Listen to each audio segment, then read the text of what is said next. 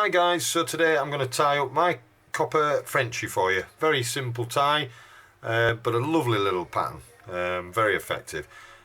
I'll put a description up with for the ingredients so you've got them, and we're just going to get straight into the tying of it. I'm going to start off, I'll quickly tell you anyway, I've got 3 mil small slot copper tungsten bead on a Hannock size 16 450. That's the Jig Superb. Okay, so we'll just run in now with the thread just so it traps the bead, and then a couple of turns down, trim off, and then I'm going to get some of my coq de lion, just separate a few fibres. I like to have a few for the tail, probably somewhere in the region of about 8 or so. Line them up and then just pull them off.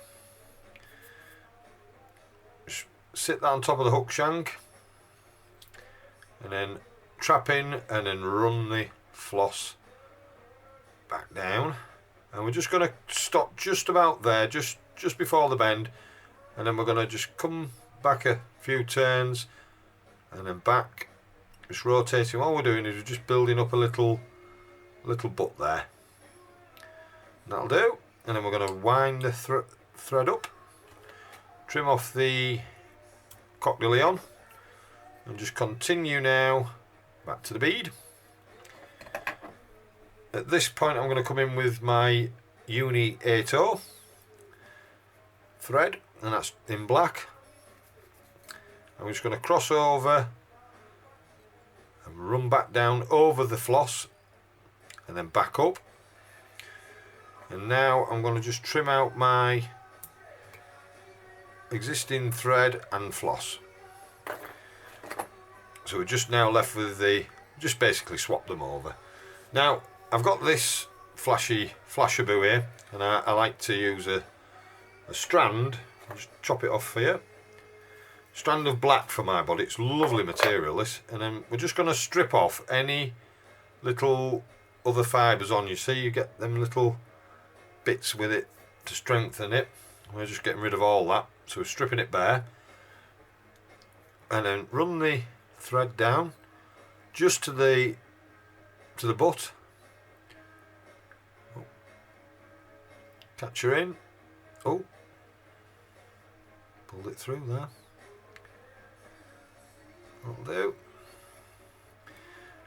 And then just wind down just to the butt, and then at this point now we're just building up this body, leveling it out. You could taper this if you want. I don't. I just basically run the thread through until the body's reasonably level, which it is now.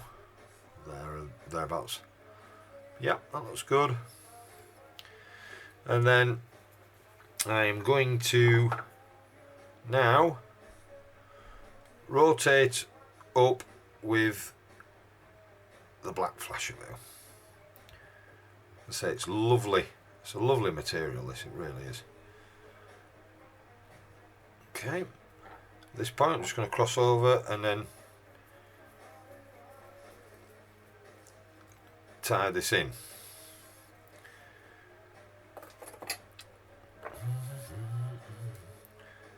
So what you do with these flies, or what I do with these flies, just to give them the body that bit of extra durability, I varnish the entire body, which I've done with these that I made earlier. So the body on them is varnished. I'm going to do that. I'm going to show you now what we're going to do. Trim off, cocktail stick, clear varnish, just Vineyard's clear varnish there, and then put a little amount on there, you can see, and I'm just going to pop that on over the back, and then just rotate quickly the fly. That's it. That's your body varnish. Okay, very quick and easy, very simple. Now just for this, what we'll do is get rid of that one, swap it with one that I made earlier, that's pre-varnished and dried. Okay, and then we're just going to come in with the black thread, and we're just going to finish the fly with some with a thorax dubbing. Now there's a few materials. I like Fish-On's shimmer dubbing, either in the peacock green or the peacock bronze. Either is very good on this fly. It's a cracking dubbing, this. I'm gonna use the peacock bronze. I'm just gonna tease that on now, so we've got a nice little dubbing rope, as it were. Make a little dubbing rope with it, and then push up and just build up that little thoraxy area there. Run the thread then back through the middle of and it just gives it a little bit more security. Forward of the dubbing now, a whip finish, 1, 2, 3, and then just for security, 1, 2, 3. Trim off, have a little rotation and little tidy up of the fly. Just a tiny little trim up there.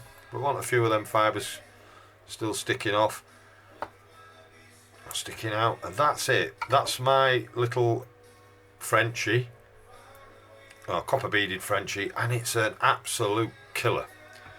I remember, can't remember his name now.